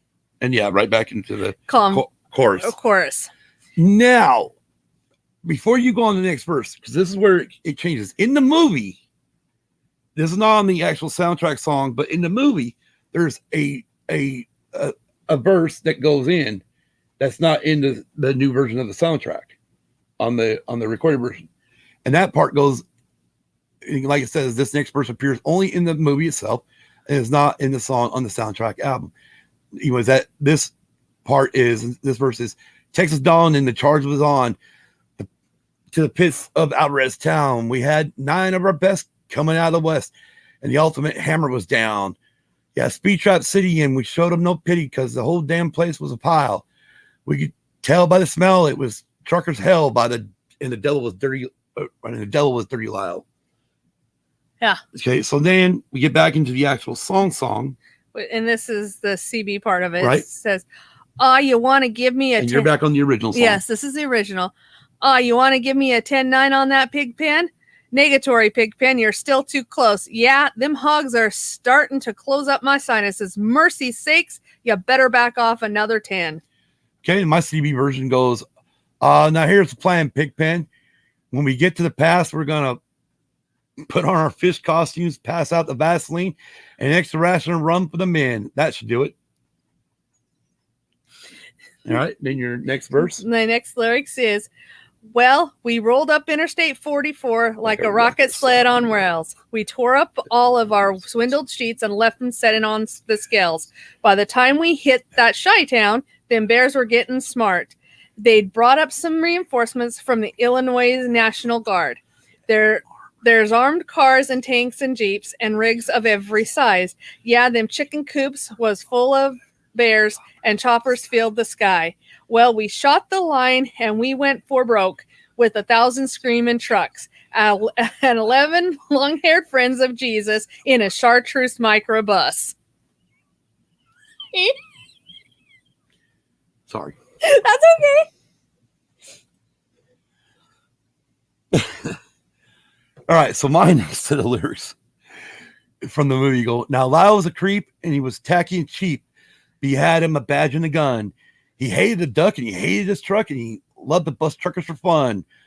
So he followed the line. And he bided his time and he watched for his chance to strike. Then he picked on a trucker. Yeah, wiry old sucker. Yeah, the trucker they call Spider Mike. But the great rubber duck sort of run out of luck when he crossed that final bridge. There's choppers and rigs full of guns and pigs. And they wall to wall on the ridge. He showed him no fear as he grabbed his gear and he stuck it in Granddaddy low. Them guns went boom and his ass went zoom on it. And a Mac took a terminal blow. Okay. Where you at right now? So we're back. Well, I don't go into the chorus. I go into another CB portion. I'm going to another CB portion too. Okay. It says, all rubber duck to Sodbuster come over. Yeah, 10-4 Sodbuster. Listen, you want to put that microbus in behind that suicide jockey? Yeah, he's hauling dynamite and he needs all the help he can get. We'll pause there for a minute. Suicide jockey is actually another slang term for a trucker hauling dynamite or pretty much hauling explosives. Yes. So that's why they're called a suicide jockey. Yep. Anyways, that's kind of interesting, I think. Anyways, so my next line on the CB is, how about you, Big Nasty, come there? Say, listen, Big Nasty, we sure are glad you was along on this run here to kick ass. Don't you know? 10-4, I know you can't say kick ass on the CB back. All right. So then. Should be your last verse, right? Yeah, before it goes into the final radio thing, yes. Right there. Yeah.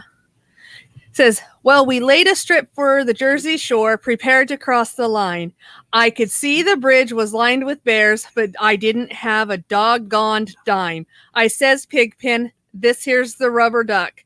We just ain't gonna pay no toll. So we crashed the gate doing 98. I says, let them truckers roll 10-4. So my next lyric is, well, that big black Mac stopped dead in the tracks when the trailer blew high in the air. There were pieces of truck and some pieces of duck and junk and debris everywhere. Then the rig took a drink. Oh, shit. The rig took a drink and commenced to sink, and there was no duck no more. But the evil smile from dirty old Lyle shone south from the North Texas shore. Then back into the chorus, finally. Uh-huh. And then the ending. 10-4, Pigpen. What's your 20? Omaha? Well, they ought to know what to do with them hogs out there for sure.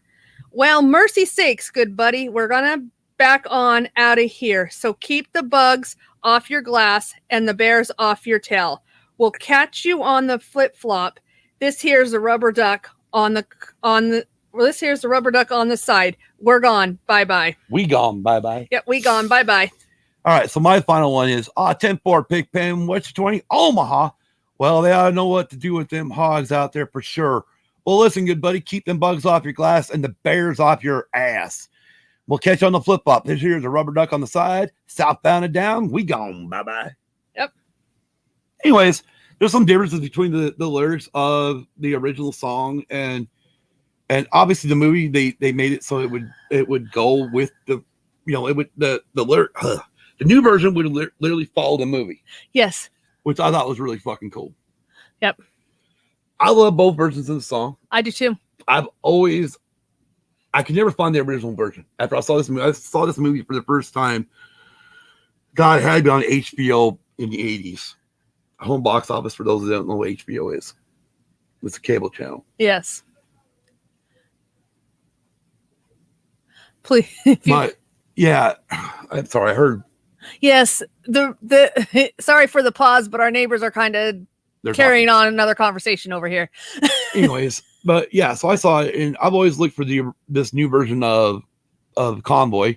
Never could find it, so I've always I've had the original for years. Yes, it's one of my favorite songs beside Teddy Bear, done by Red Sylvine. But I don't know. I mean, I know it doesn't get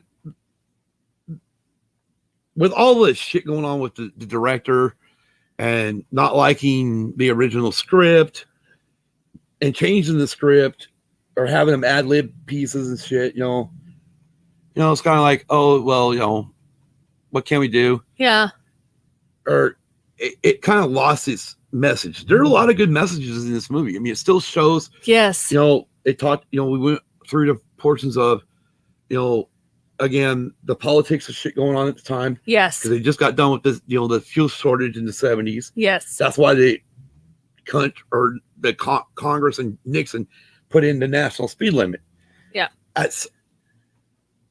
And then also a year after that, Ford signed into law that they had to carry placards on trucks. Yes.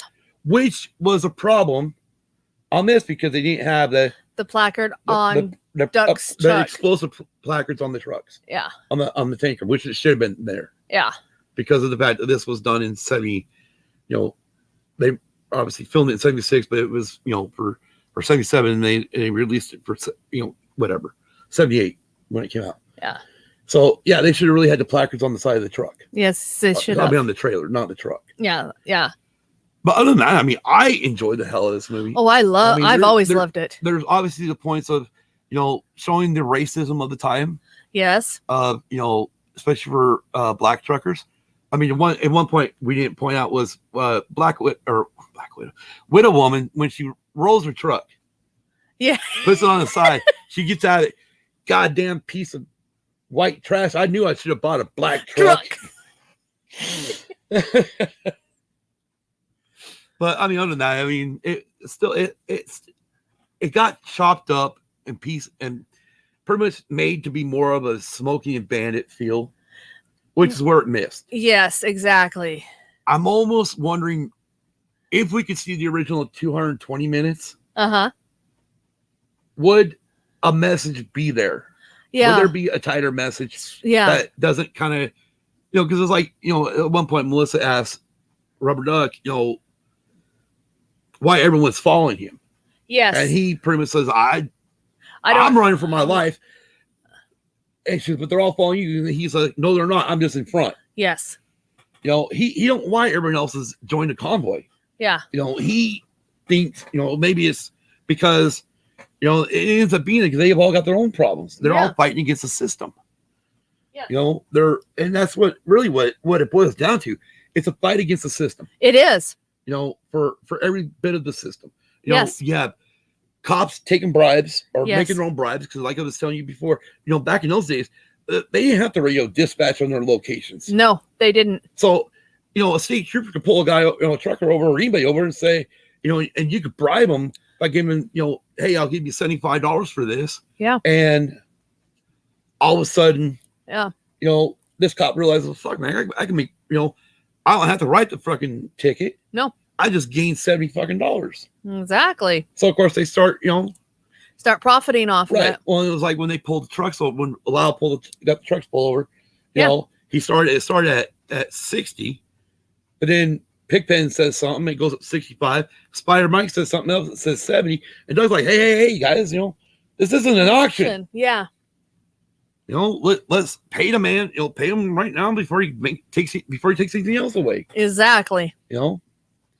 And again, it's the time. It was the time. Yeah, it was. One of those things with, especially county cops. Yes. Even some state troopers. Yes. Again, they weren't accountable on always stating where they were at. No. By dispatch. No, they weren't. But other than that, I like the movie. I enjoyed the movie. Oh, I it's love on it. Epix right now.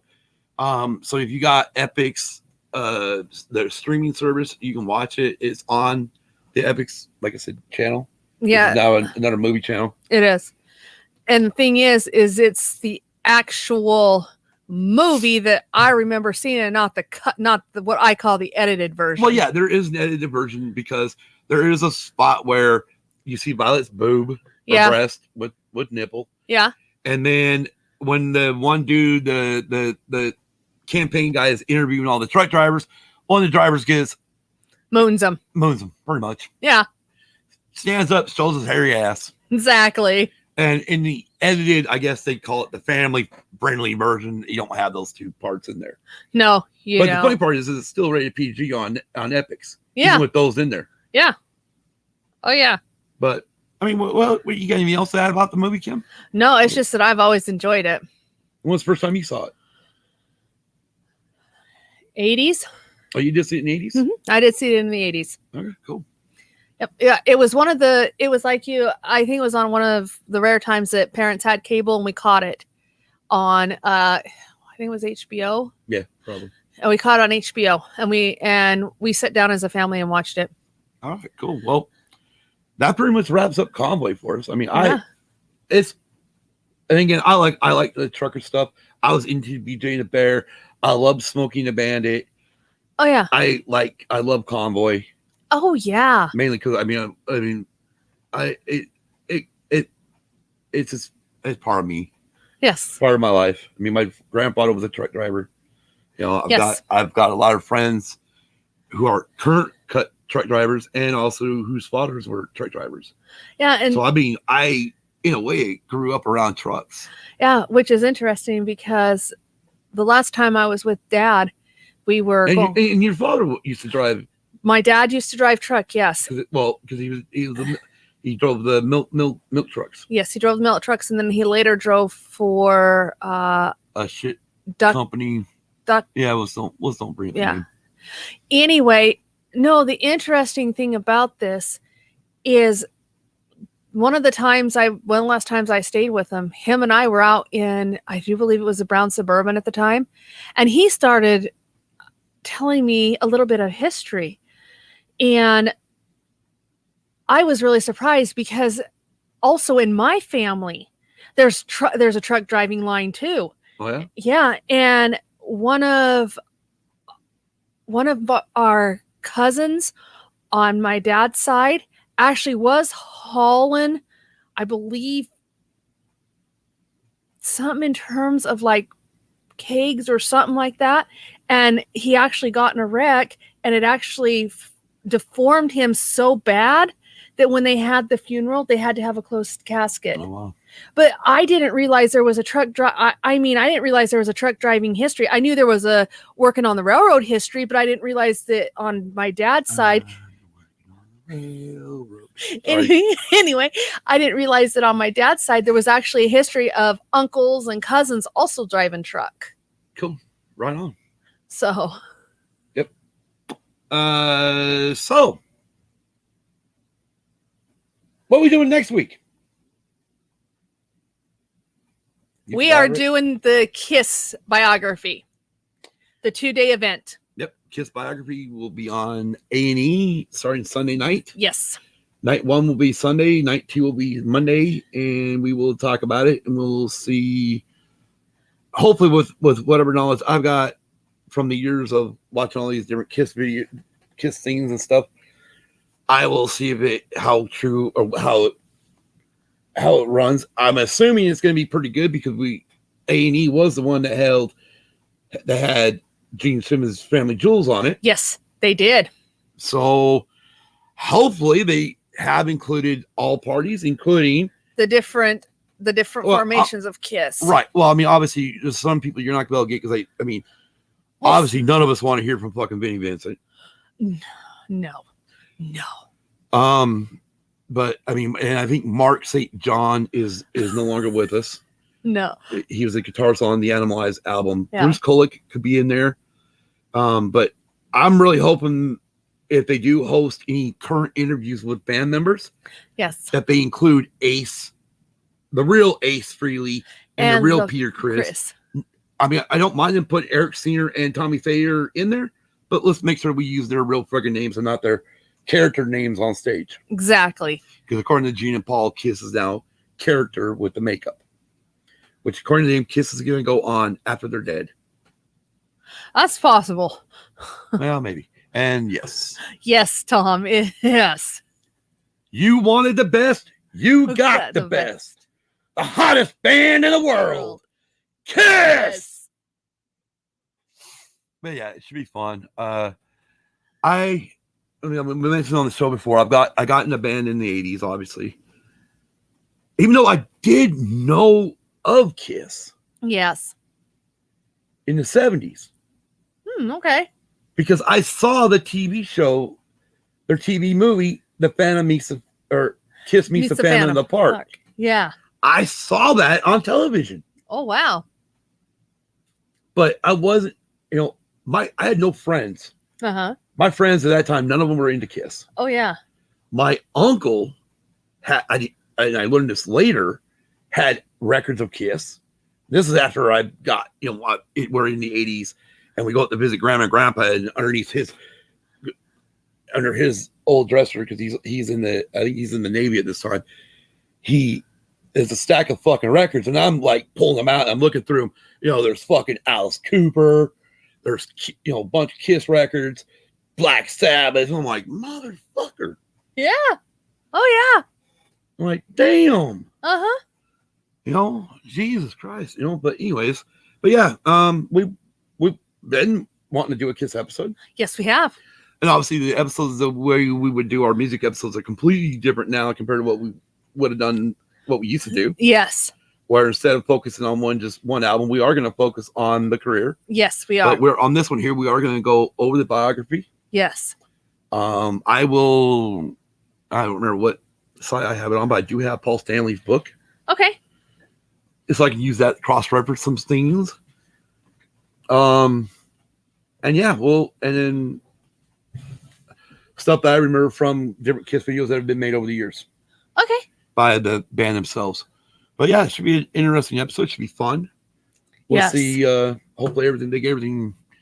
I mean, biography usually does a really good job. I know they've been doing a big run special on wrestlers all of a sudden. Yeah. Yes. I haven't watched one of them. I don't know why. I just haven't watched them. Yeah. I haven't. I know. I know. And even some of the biographies they are doing is actually older wrestlers, but. Well, yeah. But anyways. But until next week. At 5 a.m. Eastern Standard Time. Well, that's a Racing Pod episode. Which is, let me finish. Oh. 5 a.m. 5 a.m. Eastern Time, which will be the racing episode, which will be covering Pocono and whatever other races are on. And then that night at 7 p.m. Eastern Time, we will be doing the Kiss biography. Yes, what did I mess up on? Go ahead. Correct me.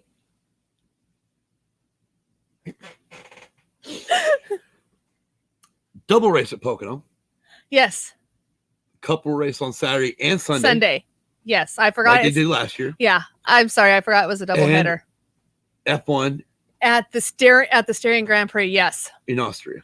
Yes, because Indy's not racing until the 4th now, the 4th of July. Right. You need to keep hitting my chair. Sorry. Don't be tickling me. That's not right. Anyways, yes, until next week. We thank everybody for joining us today in the chat. And that, again, was Tom, Kelly, Dragon Buddy, and Brady. I think we got them on, didn't we? Yeah, I think we did. Whew, chat's way the hell up there. And, of course, I jumped in the chat for a minute because you were talking, so I decided I'd jump in the chat under myself. And